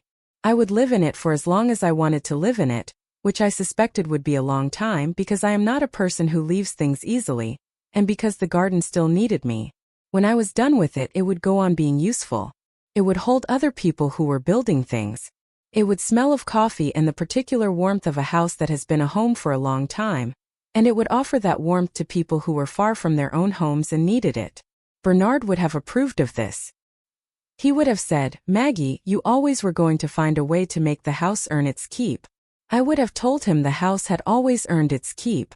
He would have said, "More than." I would have said, "Yes, more." I held both documents for a long time. Then I set them back in the envelope and put the envelope in the drawer of the kitchen desk where I keep the things that are most important to me, the drawer that has been in the same place for 22 years and that I do not lock because I have never needed to lock it. I thought about Daniel and Renata. I thought about what they had been imagining for this house, in the gentle, unspoken way they had been imagining it, the conversations about upkeep, about space, about what makes sense, about communities in Decatur. I thought about how different their imagining was from what I had already decided. And I thought about the particular quality of a plan that has been settled for years while the people around you are making plans in the opposite direction, and I thought this is the part they do not expect. Not the contract. Not the money. This. Because money is one kind of thing. It is large and consequential and it changes the room you are standing in, but it is still, at bottom, money, a measure of value, a number that can be assessed and understood by anyone who has ever balanced a checkbook. What I was doing with the money was something different. What I was doing with the money was turning it into something that would outlast me, something that had nothing to do with any picture anyone had drawn of what I was or what I had or what I needed. I had not built a retirement. I had built a beginning. I called Daniel that afternoon. I said, "Can you and Renata come for dinner on Saturday? I'd like Zoe to come too if that's all right." He said, "Of course. Is everything okay?" I said, "Everything is exactly as it should be. Bring wine. Something good. We're celebrating." He said, "What are we celebrating?" I said, "Come Saturday and I'll tell you." He was quiet for a moment, and I could hear in that quiet the new quality of his attention. Not the managed concern, not the careful warmth, but something genuinely curious, genuinely open. He said, "Okay, Mom. Saturday." I spent Friday in the garden. The roses along the back fence were fully in now. A deep rose red that Bernard had chosen 20 years ago from a catalog and that I had kept faithful to ever since, because some choices deserve to be honored even after the person who made them is gone. The magnolia was blooming, 5 days earlier than last year, which I had noted in the small journal I keep of the garden's habits, because the garden has habits the way everything living has habits, and paying attention to them is one of the ways I stay tethered to the passage of time without being frightened by it. I pruned. I watered. I sat for a while in the mismatched rocking chairs on the porch, first one and then the other, and the afternoon moved over the garden in its long spring light, and I thought about the Osei Bernard Foundation and the Institute in Accra and the visiting researchers who would one day sit in these rocking chairs on this porch in a house that had belonged to a marriage, and I thought, we built well, Bernard. We built something that stays. Saturday came with weather that felt intentional, the kind of warm, clear afternoon that makes everything look more itself than usual, the garden vivid, the sky a particular shade of blue that is specific to Atlanta in May, the kind of day you remember later as having been exactly right. Daniel and Renata arrived first at 5. Renata brought the dahlias again. Not the same arrangement, but the same spirit of the arrangement, which told me she had thought about it. She also brought a dish she had made herself, a Ghanaian groundnut soup that she said she had been trying to learn because she said a little quietly because it seemed like something I should know how to make if we're going to do this differently. I looked at the soup. I looked at her. I said, "Who gave you the recipe?" She said, "I found one, but it's not right. I could taste it wasn't right." I said, "After dinner I'll show you what you're missing." Her face did something that was trying not to be as pleased as it was. She said, "I'd like that." Zoe came in behind her parents carrying a book under one arm, and wearing the expression of a 12-year-old who had been told something interesting was happening, and was making an effort to seem calm about it. She came straight to me, which she always does, and she said, "Grandma Margaret, Dad said we're celebrating something." I said, "We are." She said, "Can you tell me what?" I said, "After dinner." She considered this. She said, "Is it the thing you told me about? In the kitchen?" I said, "Some of it. The beginning of it." She nodded, satisfied with the authority of someone who knows they have been trusted with the right information at the right time. She went to find a place to read her book, which is what Zoe does when she is waiting for something. She reads with the completeness of someone for whom reading is not a way of passing time but a way of being fully present somewhere else while still being available. I cooked. Renata stood in the kitchen with me and I showed her what the soup was missing, which was time. Not an ingredient but the willingness to let the flavors build, to not rush the deepening that comes from heat and patience applied together, which is one of the fundamental truths of cooking and also I have always felt of most other things worth doing. She paid attention. She asked questions that showed she was actually listening to the answers. Daniel came in and out of the kitchen in the way that people come in and out of kitchens when they are trying to be helpful without being in the way, which is a skill he has been developing for 43 years with mixed results. We ate at the kitchen table, the 5 of us. Zoe ate quickly and with the focused efficiency of a child who is waiting for the part after dinner. Daniel told a story about a case he had recently won that was genuinely funny, the kind of story he tells well when he is not performing, and Renata laughed at the right moments, and I watched the two of them across the table and thought about how long it takes to see a marriage from the outside and how much you miss when you are looking from the wrong angle. They were, I thought, a good match in the ways that matter most. They had the same values underneath the assumptions, the same fundamental quality of caring that they expressed in ways that had gotten tangled up with habit and convenience, and the slow drift of people who have been together long enough to stop looking carefully. These things can be undone. Not always but often, if the people involved are willing to trade the comfort of their old picture for the discomfort of a true one. I thought they were willing. I had been watching for that willingness and I believed it was there. After dinner, I sent Zoe to get the envelope from the kitchen desk. She came back with it held in both hands, because she is a perceptive child and she understood from the way I had asked for it that it was something to be carried carefully. I said, "Sit down, everyone. I have some things to tell you." They sat. Renata and Daniel side by side, Zoe next to me, the evening light coming through the kitchen window and laying itself across the table in long gold stripes. I put the envelope in front of me and I looked at the 3 faces looking back at me and I felt, for a moment, the full weight of everything I was about to say. Not the numbers, not the legal documents, but the meaning beneath them, the story of a marriage and a life and a set of decisions made over decades by 2 people who had believed in something larger than their own comfort. I said, "Your father and I said this to Daniel and he understood I meant Bernard. Your father and I spent 12 years building something that I have spent the last 4 years finishing. I want to tell you what it is and what it's for because you are my family, and the things I build are, in some important sense, built for you even when they are not for you directly." I told them about the technology. I told them about the patents and the licensing negotiations and Gerald Hutchins and Philip Okafor in the Meridian Group. I told them the number again, $220 million. And I let it sit for a moment the way you let a significant thing sit, without rushing past it to the next thing. Then I told them what the money was for. I told them about the Osei Bernard Foundation for Materials Research and Innovation. I told them about the Institute in Accra and the university partnerships in Ghana and what it was designed to do and who it was designed for. I told them about the visiting researchers who would come from West Africa to work on materials science problems that were specific to infrastructure challenges on the continent, problems that the technology Bernard and I had developed was specifically positioned to help solve. I told them that we had been thinking about this since before Daniel finished law school, that it had been in the plans from the beginning, that the money had never been the point, the money was the instrument, and the instrument was in service of the thing that had always mattered more than the money. I watched their faces while I talked. Daniel was very still. Renata had a quality of absolute attention that I had not seen in her before, the attention of someone who is receiving something that is rearranging how they think about something large. Zoe was not still. She was leaning forward, her elbows on the table, her eyes bright, her whole body engaged with what she was hearing the way children engage when they are hearing something that matches something they already felt was true but did not have words for. I said, "And the house?" I opened the envelope. I took out the deed of gift. I set it on the table where they could see it. I said, "The house belongs to the foundation now. It has always been going to belong to the foundation. I will live in it for as long as I want to live in it, which I expect will be a long time because I am not a person who leaves things easily. When I am done with it, it will become the foundation's Atlanta base, an office and a residential space for visiting researchers, for scholars, for people who have come a long way to do important work and need somewhere to do it that feels like a home." Silence. Then Daniel said, and his voice had a quality in it I had not heard since he was very young, a quality that was close to wonder. He said, "Mom, you decided all of this before any of the," I said, "before you started looking at communities in Decatur." "Yes." He closed his eyes for a moment.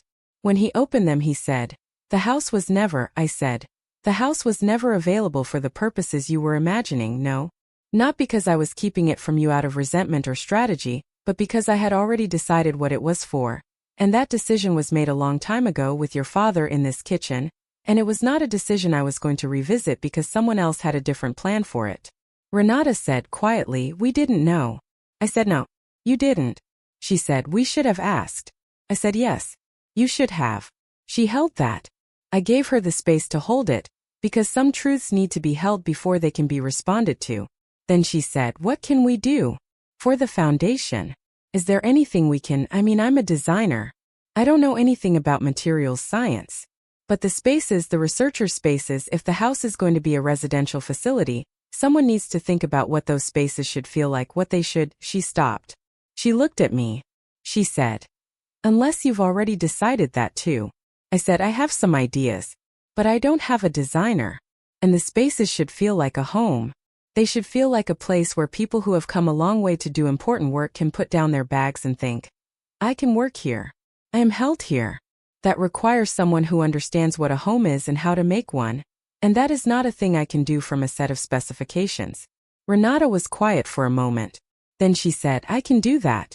I said, "I know." Daniel leaned forward. He said, "And legally, the foundation structure, the university partnerships, the protection of the intellectual property going forward. Gerald is good, but you're going to need more than one attorney over the next 10 years, and I know how to do this, Mom. I know exactly how to do this." I looked at my son. I looked at the man who had sat in the conference room 2 weeks ago, and heard Philip Okafor describe his mother as extraordinary, and had gone still with the rewriting of a picture he had held for too long. I looked at the man who had sat at May's diner and asked, "When did I stop seeing you clearly?" I looked at the man who had come to Saturday dinner with good wine, as instructed, and who was now leaning forward at my kitchen table with something in his eyes that I recognized because I had seen it when he was a boy, the specific brightness of a person who has found the thing they are meant to be doing. I said, "I know you know how to do this. That is why I am going to ask Gerald to reach out to you on Monday." He exhaled slowly. He said, "Okay." I said, "There are conditions." He said, "Of course there are." I said, "You work with me, not around me. You advise, you do not decide. You bring your expertise to the table, and you listen when I bring mine. This is a partnership, and in a partnership both people see each other clearly, and neither one decides what the other is capable of in advance. Can you commit to that?" He looked at me steadily. He said, "Yes. Completely." I said, "Good." Zoe had been quiet through all of this, which was unusual for her in a way that was interesting. She had been listening with the full-body attention of someone absorbing something they intend to keep.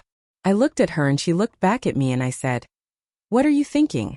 She said, "I'm thinking that you planned this for a very long time." I said, "I did." She said, "And you knew it was going to work." I said, "I knew what I was building was real. Whether it worked was always partly a matter of timing and partly a matter of other people's choices. But yes, I believed it would work." She said, "Because you're patient." I said, "Because I'm patient." And because I believe in the thing I'm building enough to wait for the moment to show it. She nodded. She said, I'm going to remember that. I said, I know you are.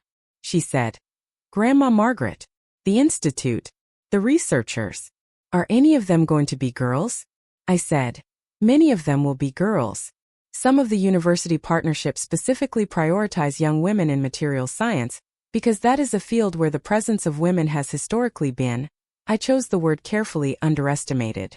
She said, good. I want to know about them. When they come, can I meet them? I said, if you want to, yes. She said, I want to. I said, then you will. She sat back in her chair with the settled satisfaction of someone who has just confirmed something important. She picked up her book, which she had been carrying under her arm through the whole dinner without opening it, and set it on the table in front of her, and looked at the cover for a moment before putting her hand flat on it the way you put your hand on something you are not ready to open yet. Daniel poured more wine. Renata began to talk about the spaces, the residential spaces, the light they would need, the balance between private and communal, the question of how to make somewhere feel like a home without erasing the sense that important work is happening in it.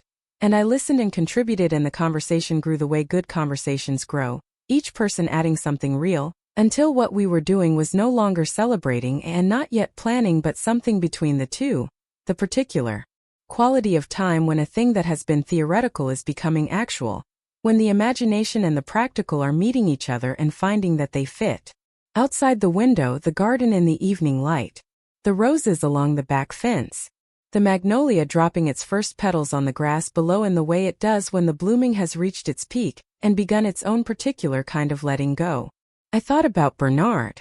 I thought about the Sunday afternoon when the idea was still fragile and we handled it carefully, and he had said, you know this is possible, don't you? And I had said, I believe it's possible, which is different, and he had said, no, it isn't, not for you, because for you believing something is possible is the same as knowing it is. You have never in your life believed in something and then stopped, and I had thought about that and said, you may be right, and he had said, I am right, and I had said, don't be smug about it, and he had laughed. He was right. He was right about that, as he was right about a number of things, and I have carried the rightness of it with me through 4 years of building without him, through the negotiations and the documents and the dinners at which my son ordered for me without asking and his wife rearranged my refrigerator and called it helpful, through the long patience of a woman who knows what she is and has decided to wait for the moment when the people she loves know it too. The moment had come. It was this kitchen, this table, these 3 people who were mine in different ways, and each of them learning, at different speeds and from different directions, to see what I had always been. The moment was not dramatic. It did not arrive with a statement or a revelation delivered at a podium. It arrived the way real things arrive, at a dinner table, over groundnut soup and good wine, with a 12-year-old asking whether the researchers were going to be girls. This is what I have learned about the moments that matter. They are almost never the size you imagine them. They are smaller in the sense of being quieter, and they are larger in the sense of being realer, and the realness of them is only possible because of the long work that preceded them, all the invisible preparation that the people who benefit from it will never fully see or understand or know to credit. I do not need them to credit it. I never have. This is perhaps the most important thing I can tell you. Not the money, not the foundation, not the $220 million. This, that the work is its own reward, that the building is its own joy, and that the moment of arrival is valuable not because it proves something to the people who doubted you but because it confirms something to yourself. The confirmation that what you believed was possible was not only possible but real. That the patient tending of a thing over years produces exactly what you knew it would produce when no one else was watching, and you were the only one who believed the season was coming. The season came. In the weeks that followed Saturday dinner, things moved.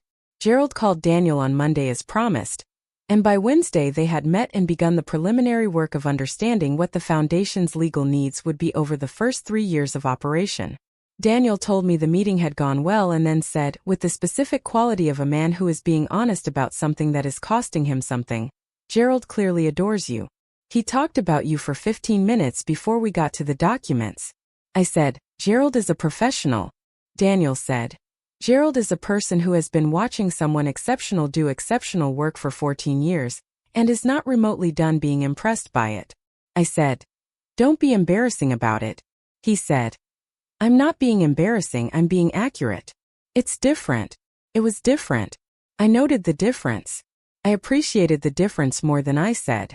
Renata came twice to the house to walk the spaces, to stand in rooms and look at the light and ask questions about what the researchers would need and what the feeling of the place should be when they arrived after a long journey, when they came through the door for the first time not as visitors but as people who were going to live and work here for weeks or months. She had a gift for this, not the decorative gift, the one that arranges things to be looked at, but the deeper gift, the one that arranges things to be inhabited. I watched her work and I thought, she is good at this, she has always been good at this, and the picture she had drawn of me had prevented her from bringing this goodness to anything that mattered between us, because if she had seen me clearly she could never have imagined I was someone who needed managing, and if she had seen herself clearly she would have known that what she had to offer was not management but this attention, this care about how spaces hold people. We had 2 hours one morning that I will keep. She was measuring the room that had been Bernard's study, the room where he had worked for 20 years, where his books were still on the shelves and his reading chair was still angled toward the window and the light in the afternoon still came in at the angle he had chosen when we positioned the furniture, and he had said, "There, that's right, that's where I want to read when I'm old," and had done exactly that until he was no longer able to. She stood in the middle of that room with her notebook open and she said, "What should this room feel like?" I said, "It should feel like a room where someone worked on something they believed in. Not impressive. Not institutional. Just lived in by thought. You know what I mean?" She said, "Yes." I said, "Bernard worked in this room for 20 years. I want that to stay in the room somehow. Not his things exactly, we can reconfigure. But the sense of it. The sense of a place where something was being built over a long time by someone who was not in a hurry." She wrote something in her notebook. She said, "I know how to do that." I said, "I know you do." She looked up at me then. The light was behind her and her face was in partial shadow, and I could see something in her expression that was still working through the adjustment, still integrating the new picture with the old one, still in the process of becoming someone who sees me clearly. She said, "Margaret, can I tell you something?" I said, "Yes." She said, "When Daniel told me about the foundation, the first thing I felt was ashamed. And then the second thing I felt was, I don't know what the right word is. Something like being glad. Not that it happened the way it happened, but that it was real. That you had built something real and it was going to be real in the world. I didn't expect to feel glad." I said, "Why not?" She said, "Because it made everything I thought about you so clearly wrong. And people don't usually feel glad about being wrong." I said, "People who are honest about what matters feel glad about being wrong. Being wrong and knowing it means you can be right now." She said, "Is that how you feel about things?" "Generally." I said, "Generally. Yes." She said, "I want to feel that way." I said, "You can. Takes practice. But it's a learnable thing." She nodded. She went back to her notebook. We worked in companionable quiet for another hour in the room where Bernard had spent 20 years building something he believed in, and the afternoon light came through the window at the angle he had chosen, and I thought, this is the right use of a room. This is what rooms are for. Zoe came on the last Saturday of May. She came alone. Daniel had dropped her off on his way to the office for a few hours, which was something new, this coming alone, this choosing to be here by herself. She came to the kitchen and sat on the counter the way she always does, and I made her hot chocolate, which she still wants even in warm weather, and I made my tea, and we sat at the table with the garden visible through the window and the magnolia fully out now, enormous, extravagant, dropping petals on the grass below with the ease of something that has nothing to prove. Zoe said, "Tell me more about the Institute." I told her.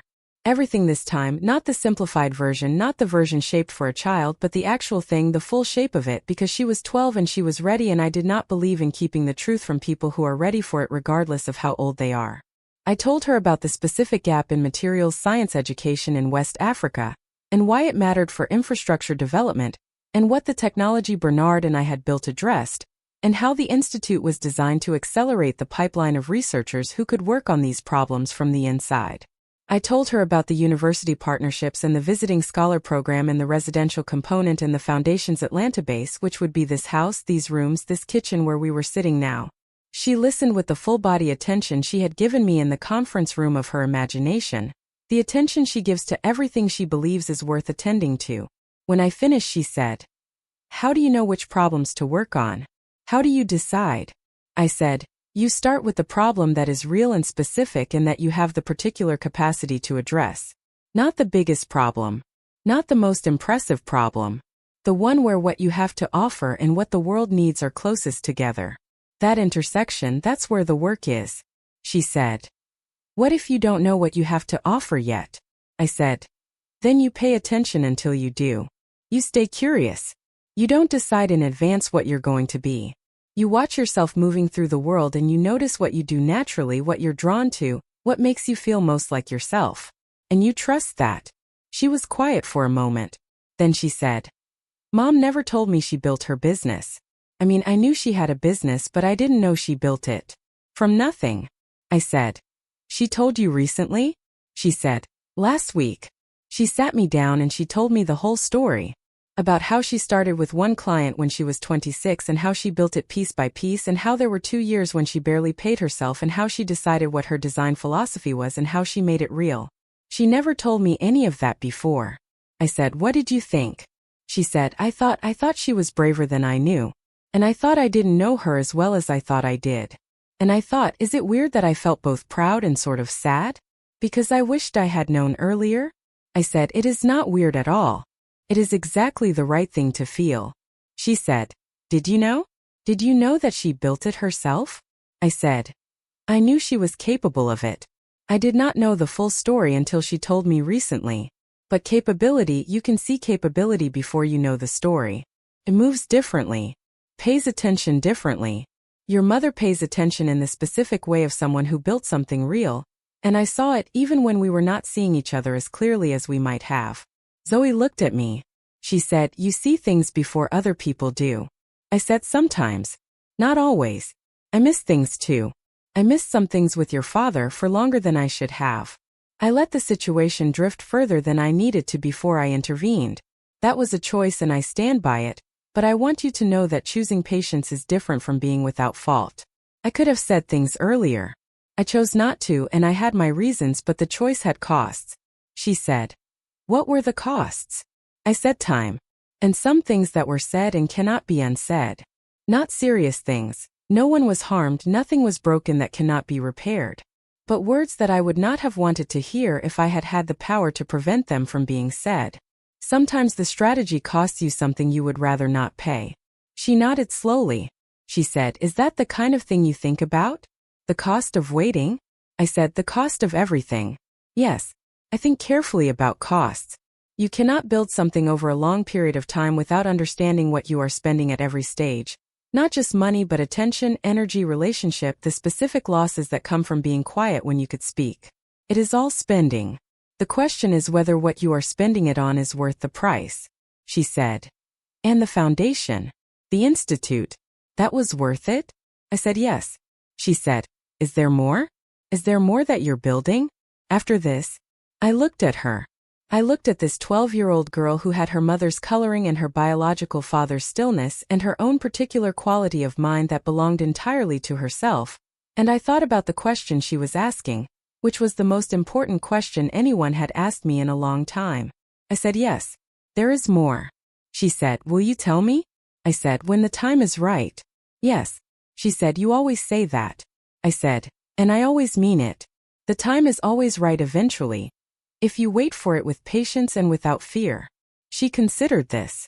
Then she said, Grandma Margaret, when I'm older, when I figured out what I have to offer, can I work on it with you? Whatever comes next. I held my teacup. I looked at this child who had been watching me for years with the attentiveness of someone assembling a picture of what is possible, who had sat on my counter in the kitchen and asked me honest questions and listened to honest answers and held what she heard with the care of someone who intends to use it. I said, Zoe, I am counting on it. She smiled. It was the smile of someone who has been told something they already knew but needed to hear out loud. She picked up her book, finally, and opened it. And we sat in the kitchen in the May afternoon, the garden and the magnolia and the old long light of the late spring day, and I drank my tea and watched my granddaughter read and thought about the things that outlast you if you build them right. I thought about Bernard. I thought about the rocking chairs on the porch, the mismatched ones, the ones that will be there after I am done with them, holding other people in the evening, overlooking a garden that will still need tending by someone, that will still reward attention with bloom. I thought about what my son now knew about me and what his wife was beginning to know and what Zoe had always known in the way that perceptive children know things before they have the language for them, And I thought about how the picture they had of me had changed, not because I had argued for the change but because the truth of what I was had finally occupied enough space that the old picture could no longer hold. This is the thing about being underestimated over a long period of time. It is not pleasant. I will not pretend it is pleasant. The small cruelties of being managed, the particular loneliness of knowing yourself while being unseen, the cost of waiting when part of you would like to speak. These things are real and they cost what they cost, and I do not diminish them. But there is also this: when the season comes, when the thing you have been tending finally arrives in full, the arrival is complete. It does not require explanation. It does not require defense. It is simply what it is: undeniable, unhurried, specific, real. The people who underestimated you are now standing in the presence of the thing they underestimated, and no argument they can make can reduce it back to what they thought it was, because they can see it. They can see it with their own eyes. Daniel can see it. Renata is learning to see it. Zoe has always seen it. The visiting researchers will see it when they come through the front door of this house for the first time. When they set down their bags in rooms that were designed to hold people who have come a long way to do important work. When they sit on the porch in the evening in the mismatched rocking chairs and look out at the garden that still needs tending and feel, somehow, that they are held. The students in Accra will see it when they walk into the institute for the first time. When they sit in a seminar room in a building that exists because a woman in Atlanta spent 12 years building something with her husband and 4 more years finishing it on her own. And they will not know her name or her story or the particular quality of patience that made it possible. They will simply be there, in that room, doing that work, and the work will be real because the foundation beneath it is real, and the foundation is real because she did not stop. I did not stop.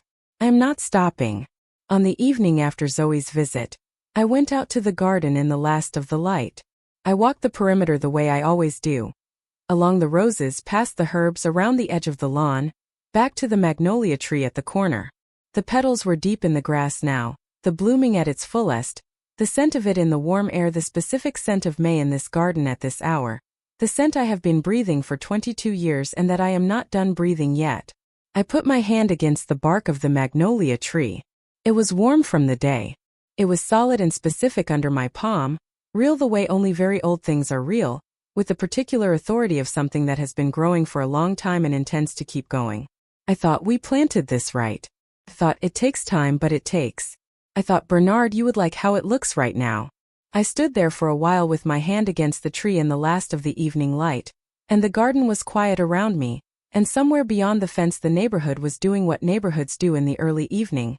Cars and driveways, lights coming on in windows, the soft ordinary sound of lives being lived in proximity to each other without any particular awareness of what is happening in the garden next door. In the mind of the woman standing with her hand against a magnolia tree, she planted 22 years ago with her husband, thinking about the things she has built and the things she is still building.